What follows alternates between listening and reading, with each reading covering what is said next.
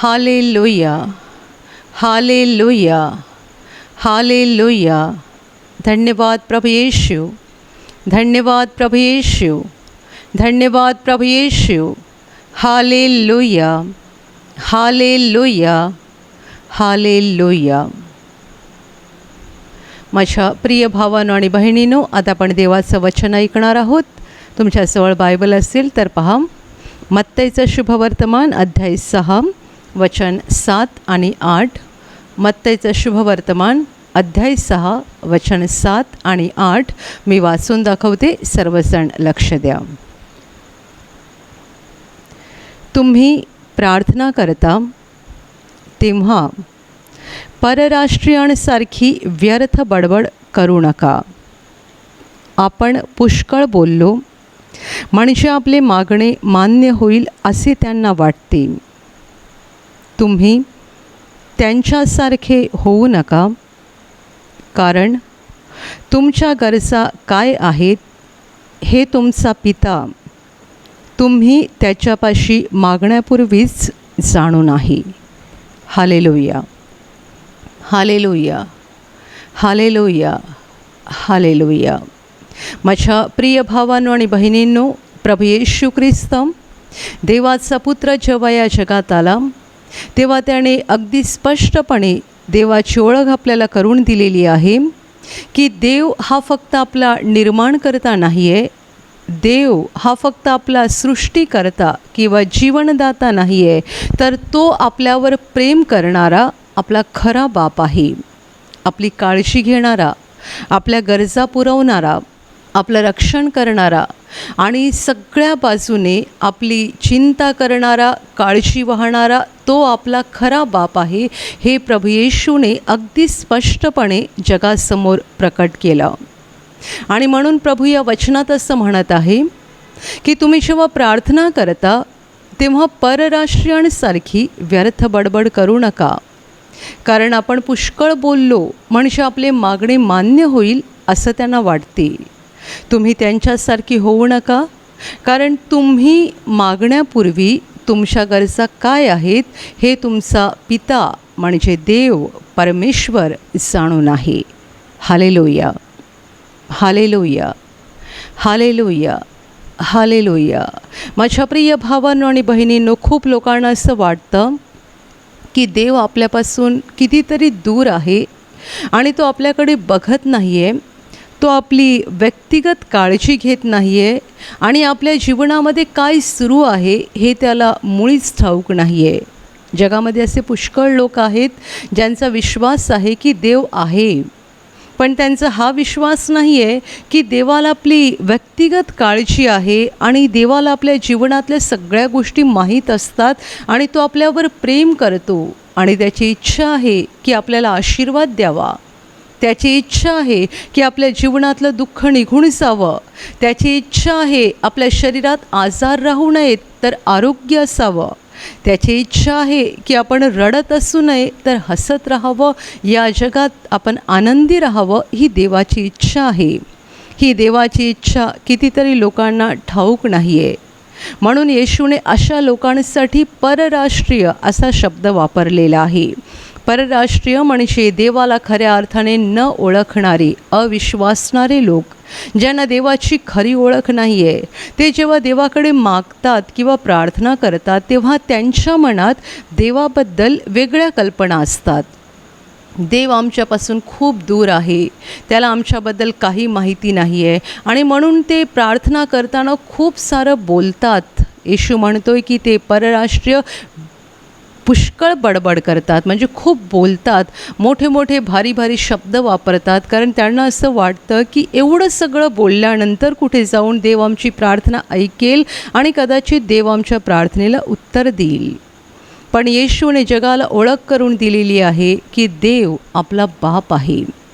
ज्याप्रमाणे तुम्ही तुमच्या मुलावर प्रेम करता आणि ज्याप्रमाणे तुम्हाला तुमच्या मुलाची काळजी आहे, कळवळ आहे तुमच्या मुलाबद्दल, तुमच्या मुलीबद्दल, तुमच्या हृदयात जसा कळवळ आहे अगदी तसाच देवाला आपल्याबद्दल आहे. तुमच्या अंतःकरणात स्वतःच्या मुलांबद्दल जसा कळवळ आहे तसाच आणि त्यापेक्षा कितीतरी अधिक पटीने देवाच्या हृदयात आपल्याबद्दल कळवळ आहे. तुम्हाला वाटत नाही ना की तुमची मुलं आजारी राहावीत, मग देवाला कसं वाटेल? तुम्हाला वाटत नाही ना की तुमची मुलं परीक्षेमध्ये नापास व्हावीत, तर मग देवाला कसं वाटेल? तुम्हाला वाटत नाही आहे ना की तुमची मुलं आयुष्यामध्ये अपयशी व्हावीत किंवा त्यांच्या जीवनामध्ये दुःख असावं.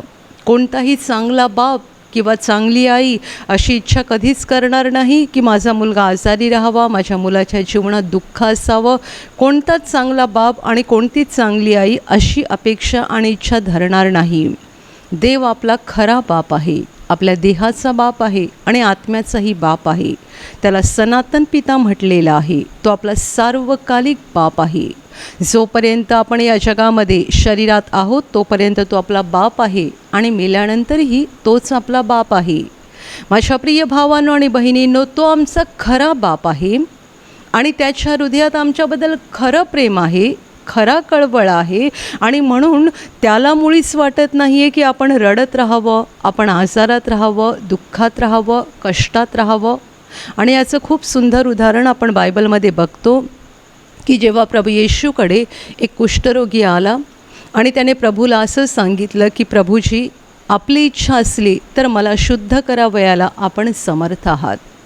या माणसाचा देवाच्या सामर्थ्यावर भरवसा होता, पण देवाच्या प्रेमाबद्दल त्याला काही खात्री नव्हती. देवाचं प्रेम आणि देवाचं सामर्थ्य या दोन वेगळ्या गोष्टी आहेत. हा माणूस देवाच्या सामर्थ्यावर विश्वास दाखवतोय, आपण समर्थ आहात मला शुद्ध करायला. मी कुष्ठरोगी आहे, मी कोढी आहे, पण माझं कोड काढायला तू समर्थ आहेस. म्हणजे माझा तुझ्या सामर्थ्यावर विश्वास आहे की तू मला बरं करू शकतोस. तुझ्याकडे ती ताकद आहे, तुझ्याकडे ते सामर्थ्य आहे, ती शक्ती आहे की तू मला बरं करू शकतो. पण त्याला हे माहिती नाही आहे की येशूची इच्छा आहे की नाही. तुझ्याकडे सामर्थ्य खूप आहे, पण मला बरं करायची तुला इच्छा आहे की नाही हे मात्र मला माहिती नाही आहे. आणि म्हणून त्याचं वाक्य असं आहे की प्रभूची आपली इच्छा असली तर आपण मला बरं करायला समर्थ आहात, आपण मला शुद्ध करू शकता. आणि बायबल म्हणतं की येशूने लगेच हात पुढे केला, त्या कुष्ठाला स्पर्श केला, त्याला हात लावून येशू त्याला म्हणाला, माझी इच्छा आहे, शुद्ध हो. आणि लागलंच त्याचं कुष्ठ निघून गेलं आणि हा माणूस बरा झाला. Hallelujah, hallelujah, hallelujah. माझ्या प्रिय भावांनो आणि बहिणींनो, प्रभू येशू म्हणाला की माझी इच्छा आहे, शुद्ध हो. आणि हे बोलत असताना प्रभूने त्याला हातही लावला. कुष्ठरोगी ज्याच्या बाजूलाही लोक उभे राहत नाहीत, कारण त्याच्या अंगातल्या जखमातून जो काही वास येतो, जी काही दुर्गंधी येते, म्हणून बाजूलाही कोणी उभं राहत नाही. त्याच्याजवळ येशू गेला आणि येशूने त्याला हातही लावला, कारण येशूला फक्त सामर्थ्य दाखवायचं नव्हतं, प्रेम दाखवायचं होतं. तो त्याला हात लावून म्हणतोय की माझी इच्छा आहे, शुद्ध हो. देव प्रेम आहे, देव प्रेम आहे आणि तो अनंत प्रेम आहे. तो या जगातल्या प्रत्येक माणसावर प्रेम करतो, परंतु माणसाच्या देवाबद्दलच्या वेगवेगळ्या कल्पना आहेत. आणि जसं मी म्हटलं की खूप लोकांना वाटतं देव आपल्यापासून बराच लांब राहतो, तो आपल्याकडे बघत नाही आहे किंवा आपल्या व्यक्तिगत जीवनाशी त्याचं काही देणं घेणं नाही आहे. आपल्या जीवनात जे काही चाललेलं आहे त्याची त्याला काही कल्पना नाही आहे. मी किती दुःख भोगत आहे, मी किती त्रासात आहे, किती आजारात आहे, किती क्लेशात आहे, त्याला काही दिसत नाही आहे किंवा त्याला काही समजत नाही आहे. Hallelujah, hallelujah, hallelujah. आणि म्हणून प्रभू येशू असं म्हणत आहे की तुम्ही मागण्यापूर्वीच तुमच्या गरजा काय आहेत हे तुमच्या स्वर्गातल्या बापाला ठाऊक आहेत. तुम्हाला काय हवं आहे, तुमची गरज काय आहे, तुमची इच्छा काय आहे, तुमची आवश्यकता काय आहे, हे तुम्ही देवाला सांगण्या अगोदरच देवाला ते माहिती आहे. आणि म्हणून जेव्हा तुम्ही प्रार्थना करता तेव्हा खूप बोलू नका, खूप बडबड करू नका. एक गोष्ट तुम्हाला हवी आहे, एक मागणं तुमचं देवासमोर आहे, त्यासाठी 1000 वाक्य बोलू नका, 500 वाक्य बोलू नका. आणि असा विचार करू नका की मी जेवढी जास्त लांबलचक प्रार्थना करेन आणि जेवढं लांबलचक शब्द बोलून देवासमोर आपलं मागणं मांडेन तेवढी माझी प्रार्थना लवकर ऐकली जाईल. अजिबात नाही आहे. प्रभू म्हणतोय की त्यांना म्हणजे परराष्ट्रीयांना, म्हणजे देवाची खरी ओळख नसणाऱ्यांना, देवावर खरा विश्वास न दाखवणाऱ्यांना असं वाटतं की आपण पुष्कळ बोललो म्हणजे आपलं मागणं मान्य होईल. तुम्ही त्यांच्यासारखे होऊ नका. आपण पुष्कळ बोललो आणि आपली मागणी आपण पुष्कळ मोठमोठ्या शब्दामध्ये मांडली आणि पुष्कळ लांबलचक शब्दात मांडली म्हणजे देव आपली प्रार्थना ऐकेल असं नाही. तर प्रार्थनेमध्ये सगळ्यात महत्त्वाची गोष्ट आहे देवावरचा खरा, प्रामाणिक, मजबूत विश्वास. Hallelujah, hallelujah. प्रभू येशू असंही म्हणाला की तुम्ही जेव्हा प्रार्थनेत काही मागता तेव्हा ते तुम्हाला मिळालंच आहे असा विश्वास धरा. प्रार्थनेमध्ये विश्वास महत्त्वाचा आहे की देव ऐकतोय माझं, मी बोलत आहे, देवाकडे मागत आहे आणि माझे शब्द देव ऐकत आहे आणि देव माझं ऐकून त्याप्रमाणे करणार. हा विश्वास प्रार्थनेमध्ये महत्त्वाचा आहे. तुम्ही किती लांबलचक प्रार्थना केली आणि किती भारी मोठमोठे शब्द वापरले ते मुळीच महत्त्वाचं नाही आहे. Hallelujah, hallelujah, hallelujah. माझ्या प्रिय भावांनो आणि बहिणींनो, जेव्हा आपण प्रार्थना करतो तेव्हा आपल्या प्रार्थनेमध्ये विश्वास असला पाहिजे. तुम्ही एक वाक्याचीही प्रार्थना करू शकता पण त्या प्रार्थनेत विश्वास पाहिजे. तुम्ही देवासमोर एक वाक्य सांगा की प्रभो मला नोकरीची गरज आहे, मला नोकरी दे. जर ह्या प्रार्थनेत विश्वास आहे तर देव ऐकणार. तुम्ही प्रभूला सांगू शकता प्रभो मला बरं कर. एक वाक्याची प्रार्थना, त्या प्रार्थनेमध्ये विश्वास पाहिजे. तुम्ही अर्धा तास प्रार्थना केली एका गोष्टीसाठी की 1 तास केली ते महत्त्वाचं नाही. कारण काही लोक एका गोष्टीसाठी 1-1 तास 2-2 तास प्रार्थना करतात, खूप बोलत राहतात. आणि जसे येशू म्हणतोय की आपण पुष्कळ बोललो म्हणजे आपलं मागणं मान्य होईल असं त्यांना वाटतं. असा खूप लोकांचा गैरसमज आहे. प्रार्थनेमध्ये विश्वास महत्त्वाचा आहे आणि जेव्हा आपण प्रार्थना करतो तेव्हा प्रार्थनेचा मुख्य गाभा देवाचे आभार मानणं आणि देवाची स्तुती करणं हे असलं पाहिजे. एकसारखं देवाकडे मागत राहणं नाही. खूप लोकांना प्रार्थना करणं म्हणजे फक्त मागत राहणं एवढंच वाटतं. त्यांची एक मोठी यादी तयार असते आणि ते सुरुवातीपासून शेवटपर्यंत देवाकडे मागत राहतात. मला हे पाहिजे, मला ते पाहिजे, मला याची गरज आहे, मला त्याची गरज आहे. आणि मग प्रत्येक गोष्ट किती आवश्यक आहे ते सविस्तरपणे ते देवाला सांगत राहतात. माझ्या प्रिय भावांनो आणि बहिणींनो, जेव्हा आपण प्रार्थना करतो 1 तास 2 तास 3 तास प्रार्थना जरूर करावी. पण या प्रार्थनेत पहिली गोष्ट आपला विश्वास असला पाहिजे. दुसरी गोष्ट आपला आत्मा देवाशी जोडला गेला पाहिजे. तिसरी गोष्ट ह्या प्रार्थनेत आपण देवाचे आभार मानले पाहिजेत, देवाची स्तुती केली पाहिजे. आणि तुम्ही देवाच्या सगळ्या उपकारासाठी, देवाच्या सगळ्या प्रेमासाठी आभार मानल्यानंतर तुम्ही थोडक्यात तुमची मागणी देवाला सांगा, देव ऐकणार. म्हणून फिलिप्पिकरास पत्रामध्ये संत पौल असं म्हणतोय की तुम्ही आभार प्रदर्शनासह आपली मागणी देवाला कळवा.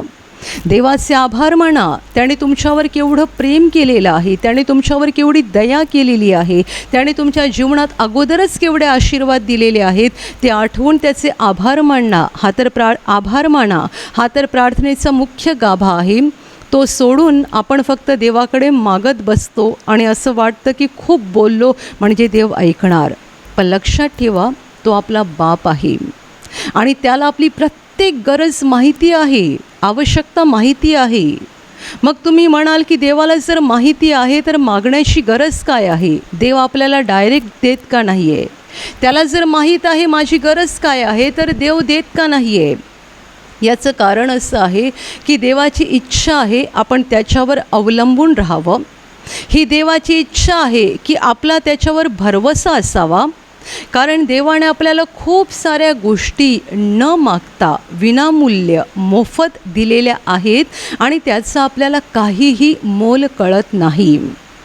किती गोष्टी देवाने आपल्याला विनामूल्य दिलेल्या आहेत आणि न मागता दिलेल्या आहेत. तुम्ही तुमच्या जीवनातला हिशोब करा की देवाने तुम्हाला न मागता दिलेल्या गोष्टी केवढ्या आहेत. एक फार लांब लचक यादी तयार होईल आणि ती संपणार नाही. या सगळ्या गोष्टी देवाने आपल्याला न मागता दिलेल्या आहेत आणि म्हणून आपल्याला त्याचं मोल कळत नाही. ज्या गोष्टी आपण देवाकडे मागतो, ज्या गोष्टीसाठी आपण उपास तपास करतो, 1-1 महिने 2-2 महिने मागतो आणि नंतर आपल्याला ती गोष्ट मिळते, तेव्हा आपल्याला त्या गोष्टीचं मोल कळतं. हा मानवी स्वभाव आहे. जी गोष्ट आपोआप मिळते, सहजासहजी मिळते, त्या गोष्टीचं मोल कधीच कळत नाही. रोज सकाळी देव आम्हाला सूर्याचा प्रकाश न मागता देतो. आम्ही सकाळी उठून प्रार्थना करतो आणि मग देव आम्हाला सूर्यप्रकाश देतो असं नाही, तर आम्ही मागण्याच्या अगोदरच, किती वेळा आमचे डोळे उघडायच्या अगोदरच सूर्याचा उजेड पृथ्वीवर आलेला असतो. आम्ही न मागता देव आम्हाला रोज सूर्याचा प्रकाश देतो. म्हणून आम्हाला त्या गोष्टीचं मोल काही केल्या कळत नाही. परंतु आमच्या घरामध्ये इलेक्ट्रिसिटी आहे, जिचं आम्हाला दर महिन्याला बिल भरावं लागतं. आणि काही लोक या गोष्टीमुळे वैतागून जातात की दर महिन्याला त्यांच्या विजेचं बिल वाढत जातं. तुम्ही रात्री एक 4 तास की 5 तास घरामध्ये ट्यूब वापरता, रात्रभर तुमचा पंखा चालू असेल आणि थोडीफार काही इलेक्ट्रॉनिक इन्स्ट्रुमेंट्स तुमच्या घरामध्ये असतील, विजेची उपकरणं तुमच्या घरात असतील आणि त्यासाठी तुम्हाला जी काही लाईट वापरावी लागते, वीज वापरावी लागते, त्याचं महिन्याला तुम्हाला बिल भरावं लागतं आणि त्या बिलाने तुम्ही वैतागून पण जाता. दिवसभर आम्ही देवाने दिलेला मोफत सूर्यप्रकाश घेतो, पण पूर्ण दिवसात एकदाही आमच्या तोंडातून येत नाही, हे देवा तू केवढा चांगला आहेस, की एवढा सुंदर सूर्यप्रकाश तू मला दिलेला आहेस. आणि मलाच नाही, या माझ्या सगळ्या लोकांना तू एवढा चांगला सूर्यप्रकाश दिलेला आहेस. सूर्यप्रकाश देवाची मोफत देणगी आहे, जी आम्ही न मागता रोज आम्हाला मिळते आणि म्हणून आम्हाला मोल कळत नाही. पाणी, दरवर्षी देव आम्हाला पाऊस देतो आणि पावसाद्वारे आमची गरज भागवतो. म्हणून जरा जास्त पाऊस पडला, जरा पावसामुळे आमची कामं रखडली की आम्ही पावसाला पण दोष द्यायला मागे पुढे बघत नाही. ही देवाने आम्हाला न मागता दिलेली मौल्यवान विनामूल्य अशी भेट आहे, न मागता दिलेली. आम्ही मागत नाही, प्रार्थना करत नाही, देव आम्हाला विनामूल्य देतो आणि न मागता देतो. म्हणून आम्ही कधीकधी पावसाला पण दोष देतो. आमचं एखादं काम रखडलं की आम्ही लगेच म्हणतो की या पावसाला पण आताच यायचं होतं का, फुकट मिळाला ना, न मागता मिळाला ना, म्हणून मोल कळत नाही. आणि आम्ही ते फिल्टर मिनरल वॉटर विकत घेतो, तेव्हा आम्हाला पाण्याची किंमत कळते. जे पाणी आम्ही विकत घेतो त्याची किंमत कळते. जे पाणी देव आम्हाला फुकट न मागता देतो त्याची आम्हाला किंमत कळत नाही. आम्ही जन्मल्यापासून आतापर्यंत प्राणवायू घेत आहोत, ऑक्सिजन. कुठे आहे किंमत? या कोरोनाच्या महामारीच्या काळामध्ये लोकांना थोड्याफार प्रमाणात ऑक्सिजनची किंमत कळायला लागली. जेव्हा कोरोनाची दुसरी लाट सुरू झाली त्यावेळेला ऑक्सिजनचा तुटवडा पडायला लागला. पण आम्हाला हवेतून फुक्कट देव ऑक्सिजन देतोय, विनामूल्य देतोय, पाहिजे तेवढा देतोय आणि मुख्य म्हणजे न मागता देतोय. माझ्या प्रिय भावांनो आणि बहिणींनो, खूप गोष्टी आहेत ज्या आम्ही न मागता देव आम्हाला देतो. आमच्या अवतीभोवतीचा सुंदर निसर्ग, सगळी झाडं, पक्षी, प्राणी, सगळं काही आम्ही न मागता देवाने आम्हाला दिलेलं आहे. आणि सगळ्यात महत्त्वाचं म्हणजे देवाने आम्हाला दिलेलं आमचं शरीर. या शरीरातल्या प्रत्येक अवयवाचं मोल करा. तुमचे डोळे किती महत्त्वाचे आहेत, तुमची जीभ किती महत्त्वाची आहे, तुमचे कान किती महत्त्वाचे आहेत, तुमचा प्रत्येक हात किती महत्त्वाचा आहे, तुमच्या हाताचं प्रत्येक बोट किती महत्त्वाचं आहे. किती लोकांची बोटं कुठे मशीनमध्ये अडकल्यामुळे तुटून जातात, तेव्हा त्यांना बोटाचं महत्त्व कळतं. या आमच्या हाताचं प्रत्येक बोट किती महत्त्वाचं आहे. या शरीरातला प्रत्येक अवयव, बाहेरून दिसणारे आणि शरीराच्या आत असलेले सगळे अवयव किती महत्त्वाचे आहेत. एक किडनी खराब झाली किंवा एक किडनी फेल झाली की आम्हाला कळतं की ती किडनी किती मोलाची आहे. लाखो रुपये मोजून किडनी विकत घ्यावी लागते. या सगळ्या गोष्टी देवाने आम्हाला न मागता विनामूल्य दिलेल्या आहेत. आणि या पलीकडे तुमचं कुटुंब, तुमची आई, तुमचे बाबा, तुमचा नवरा, तुमची बायको, तुमची मुलं, तुमचं घर, तुमची नोकरी, तुमचं शिक्षण, किती साऱ्या गोष्टी न मागता देवाने आम्हाला दिलेल्या आहेत. आणि म्हणून आज लोक म्हणतात की देवाने काय दिलेलं आहे, सगळं न मागता मिळालं. फुकट मिळालं आणि म्हणून त्या गोष्टीचं काहीही मोल कळत नाही. आम्ही छोटासा 2,000चा मोबाईल घेतो, त्याचं पण आम्हाला मोल कळतं, पण आमचा एक डोळा ज्याची किंमत लाखात पण होऊ शकत नाही, त्याचं मोल आम्हाला कळत नाही. आमच्या घरामध्ये LCD TV आहे 30-40 हजाराचा, त्याचा आम्हाला मोल कळते, पण लाखाने की कोट्याने पण ज्याची किंमत होणार नाही असे अवयव देवाने आमच्या शरीरात दिलेले आहेत, त्याची आम्हाला किंमत कळत नाही. आम्हाला मोबाईलची किंमत कळते कारण तो आम्ही विकत घेतलेला आहे.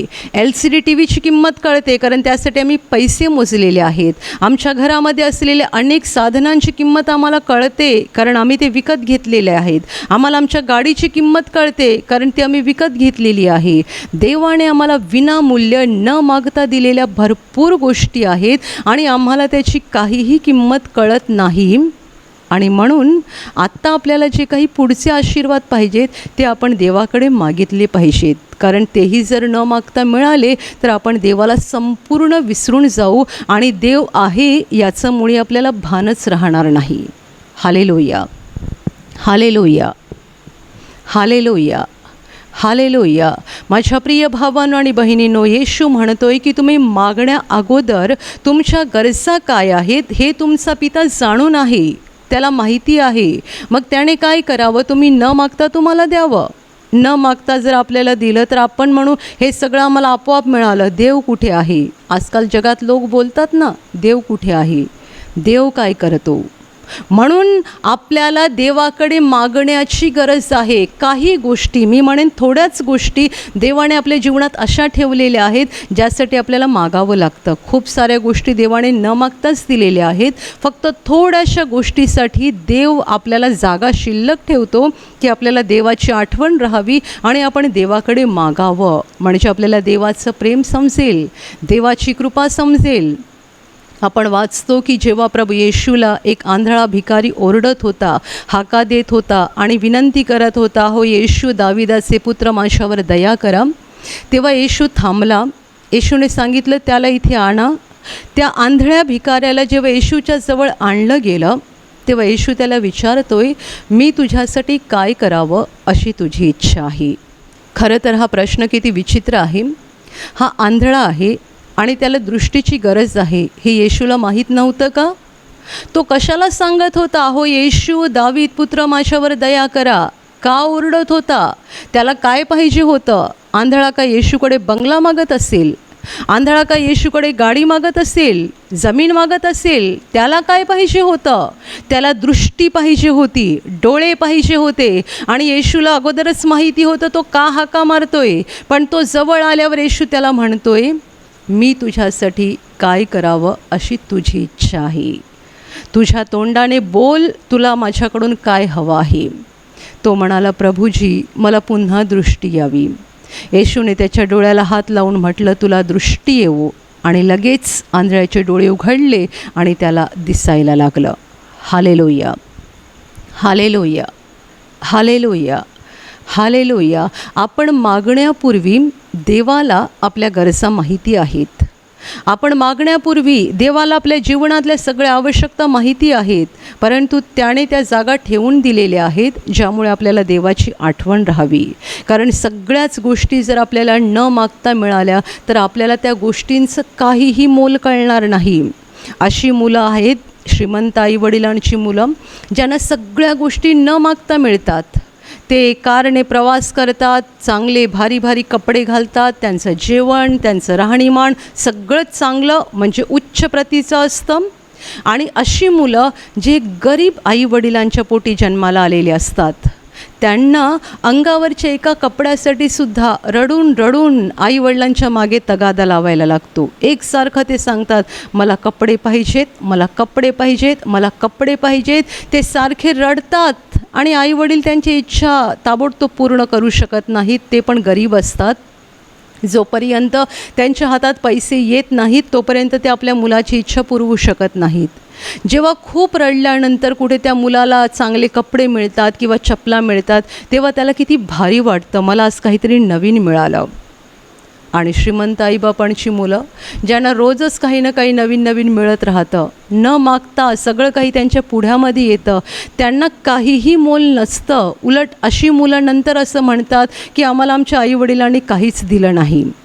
जे आईवडील आपल्या मुलांना सगळं देतात, उंची कपडे, चांगल्या प्रतीचं जेवण, चांगल्या प्रतीचं राहणीमान, सगळं आपल्या मुलांना न मागता देतात, ती मुलं नंतर म्हणतात आईवडील आमच्या इच्छा पूर्ण करत नाहीत, आमच्या आईवडिलांनी आमच्या मनासारखं काहीच केलं नाही.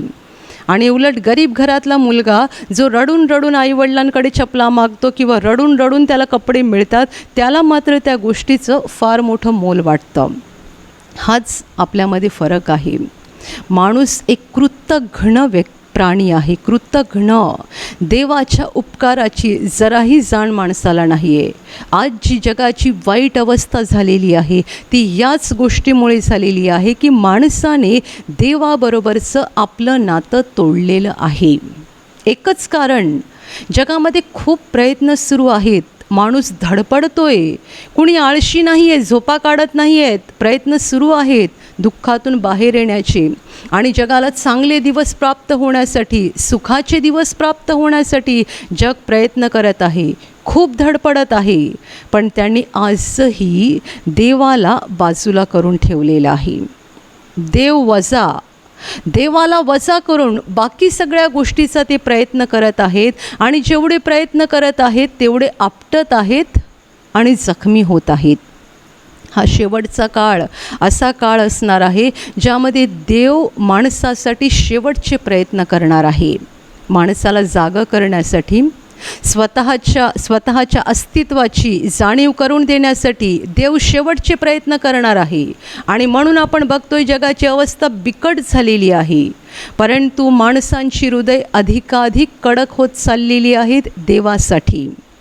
देवाच्या बाबतीत लोकांची हृदय अजून कडक व्हायला लागलेली आहेत आणि लोक देवाकडे वळायला तयार नाही आहेत, देवासमोर नम्र व्हायला तयार नाही आहेत. आपला निर्माणकर्ता आहे, आपल्याला जीवन देणारा आहे, आपण आपोआप जगात आलो नाहीत, हे सगळं जग आपोआप बनलेलं नाही आहे, तो आहे बनवणारा आणि तो आपल्यावर प्रेम करतो. या गोष्टीवर विश्वास ठेवायचाच नाही आहे. आपली बुद्धी, आपली अक्कल, आपली ताकद वापरून जिंकायचं आहे, विजयी व्हायचं आहे, पुढे जायचं आहे. देवाला मात्र बाजूला करून ठेवलेलं आहे आणि म्हणून जगाची वाईट अवस्था आहे आणि ही वाईट अवस्था अधिकाधिक वाईट बनत जाणार आहे. जेवढे नम्र बनतील, देवाकडे वळतील, ते आशीर्वादित होतील आणि विजयी होतील. जे देवाकडे वळणारच नाहीत आणि आपली बुद्धी आणि आपली ताकद मिरवत राहतील आणि आपल्याच बुद्धीच्या जोरावर विजयी व्हायचा प्रयत्न करतील, त्यांना क्षणभर वाटेल की आम्ही विजयी झालो, पण दुसऱ्या क्षणाला लक्षात येईल की आपण सपशेल फेल झालेलो आहोत. ते पडणार आहेत, कोसळणार आहेत आणि पार उद्ध्वस्त होऊन जाणार आहेत. Hallelujah, hallelujah, hallelujah, hallelujah. माझ्या प्रिय भावांनो आणि बहिणींनो, देव आपल्यावर प्रेम करतो. देवाला आपली काळजी आहे. आपण त्याच्यासमोर आलं पाहिजे, त्याच्याशी आपलं नातं घट्ट तयार केलं पाहिजे, घट्ट. आपण देवाच्या सहवासात राहिलं पाहिजे. आपले कान, आपले डोळे, आपलं हृदय आपण देवाकडे लावलं पाहिजे. हे जग आपल्याला काहीही देऊ शकत नाही. येशूने मागायला शिकवलं देवाकडे, आपण देवाकडे मागितलं पाहिजे. तो आपला ऐकतो, कारण तो आपल्यावर प्रेम करतो. तो आपला बाप आहे, त्याला आपली काळजी आहे, तो आपला ऐकतो. आणि जेव्हा आपण त्याच्याकडे विश्वासाने मागतो, संशय न धरता, मनात अविश्वास न ठेवता, जेव्हा आपण विश्वासाने मागतो तेव्हा तो आपल्याला उत्तर दिल्याशिवाय राहत नाही. Hallelujah, hallelujah, hallelujah, hallelujah. ब्रदरांच्या जीवनातला एक सुंदर अनुभव आहे. खूप वर्षापूर्वी जेव्हा ब्रदर कॉलेजमध्ये नोकरी करत होते आणि उरलेल्या वेळामध्ये देवाचं कार्य करत होते, त्या काळामध्ये त्यांना देवाच्या कार्यासाठी एक प्रिंटर घ्यायचा होता. कारण ब्रदर तेव्हा आध्यात्मिक मासिक चालवत होते आणि देवाच्या कार्यासाठी त्यांना प्रिंटर घ्यायचा होता. परंतु त्या प्रिंटर घेण्यासाठी जे काही पैसे आवश्यक होते तेवढे त्यांच्याकडे जमत नव्हते. ते पैसे त्यांच्याकडे जमत नसल्यामुळे बराच काळपर्यंत त्यांना ते घेता आलं नाही. आणि नंतर एक दिवस त्यांनी देवाकडे प्रार्थना केली. मला नक्की रक्कम आठवत नाही, पण कदाचित 5-6 हजार रुपये अशी काहीतरी रक्कम त्यांना कमी पडत होती. आणि त्यांनी देवाकडे प्रार्थना केली, प्रभो मी इतक्या दिवसापासून प्रयत्न करतोय पण पैसे जमतच नाही आहे आणि ही एवढी रक्कम कमी पडते. आज मला कोणत्याही स्थितीत हे पैसे मिळायला पाहिजेत. त्यांनी प्रार्थना केली आणि मग ते त्यांच्या कामाला निघून गेले.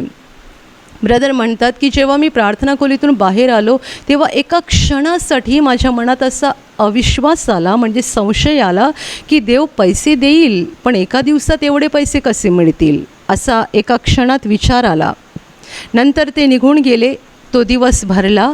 दुसऱ्या दिवशी जेव्हा ते कॉलेजमध्ये गेले त्यावेळेला ते कॉलेजमध्ये असताना कुणीतरी त्यांना सांगायला आलं की एक व्यक्ती तुम्हाला भेटण्यासाठी गेटवर आलेली आहे.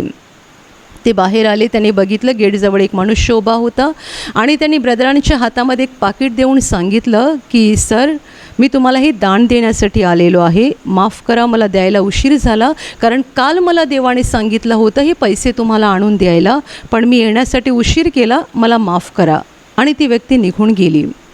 ब्रदरांना आश्चर्य वाटलं. अशा रीतीने कॉलेजच्या गेटवर येऊन त्या माणसाने दान दिलं होतं. ब्रदरांनी पाकिट उघडून बघितलं, बरोबर तेवढीच रक्कम, मला आता नक्की रक्कम आठवत नाही, 5,000 की 6,000 अशी रक्कम त्यांना पाहिजे होती. जेवढी रक्कम त्यांना आवश्यक होती आणि त्यांनी प्रार्थनेत मागितली होती बरोबर तेवढी रक्कम त्या पाकिटामध्ये होती. ब्रदराने देवाचे आभार मानले. पण ते म्हणतात मी देवाला पुढे विचारलं असं का झालं, मी काल सांगितलं होतं की आज मला मिळायला पाहिजे, एक दिवस उशीर का झाला. तेव्हा पवित्र आत्म्याने त्यांना सांगितलं की प्रार्थना केल्यानंतर तुझ्या मनात संशय आला होता की एका दिवसात देव पैसे कसे देणार, देव पैसे देईल पण एका दिवसात कसे मिळणार, आणि म्हणून पैसे एक दिवस उशिरा मिळाले. आणि त्या माणसाने पण ब्रदरांना तसंच सांगितलं की माफ करा मी एक दिवस उशिराने तुमच्याकडे आलो, मला कालच देवाने सांगितलं होतं की तुमच्याकडे हे पैसे आणून द्यायला. Hallelujah, hallelujah, hallelujah. देव आपला बाप आहे आणि येशू म्हणतोय तुम्ही मागण्या अगोदर तुमच्या गरजा काय आहेत हे त्याला माहिती आहे, त्याला पूर्ण माहिती आहे. तुमचा विश्वास आहे का त्याच्या प्रेमावर? तुमचा विश्वास आहे का त्याच्या हृदयात तुमच्याबद्दल जी करुणा आहे, जी कळवळ आहे, त्यावर तुमचा विश्वास आहे का?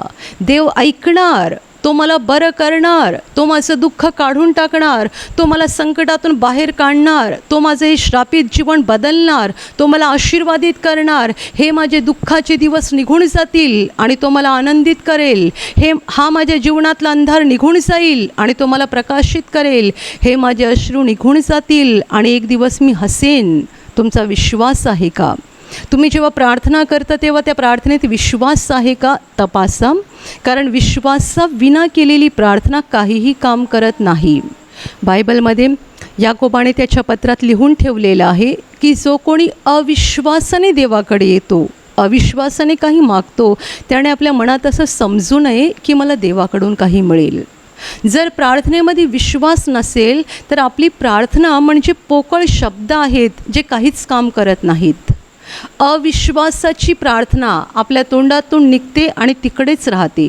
विश्वासाने केलेली प्रार्थना इथे थांबत नाही, वर स्वर्गामध्ये पोहोचते आणि त्या प्रार्थनेचं उत्तर दिल्याशिवाय देव राहत नाही, कारण देव आपल्या हृदयातला विश्वास पाहून आनंदित होतो. Hallelujah, hallelujah, hallelujah. माझ्या प्रिय भावांनो आणि बहिणींनो, या कठीण काळात आपल्याला विश्वासात वाढत जायचं आहे, देवावर अधिक विश्वास ठेवायचा आहे, कारण या काळात त्याच्याशिवाय कुणीही आपल्याला वाचवू शकत नाही. आपण बघितलं या काळामध्ये लोकांच्या जीवनाची काय अवस्था झालेली आहे. श्रीमंत असो, राजा असो, महाराजा असो, कुणीही सुटत नाही आहे. सगळ्यांच्या बाबतीमध्ये अंधाराची शक्ती काम करत आहे.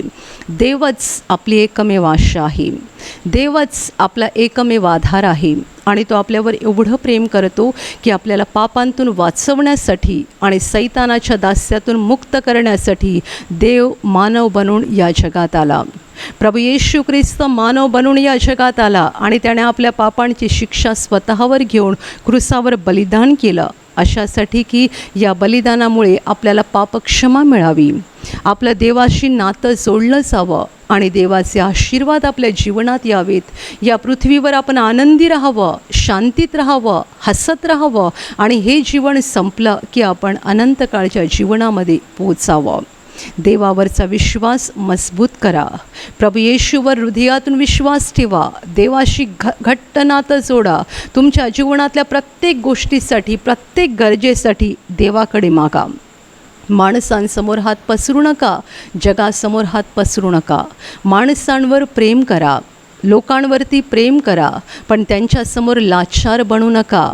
त्यांच्यासमोर अतिशय निराश्रित किंवा मजबूर असल्यासारखे वागू नका, कारण आपल्याला देवाने मुळीच लाचार केलेलं नाही आहे. आपला देव संपन्नतेचा देव आहे आणि आपल्या गरजेच्या सगळ्या वस्तू देण्यासाठी आणि सगळं काही भरपूर देण्यासाठी तो समर्थ आहे. त्याच्यासमोर हात पसरा, त्याच्यासमोर रडा, त्याच्यासमोर गुडघे टेका आणि त्याच्याकडे मागा. विश्वासाने मागा.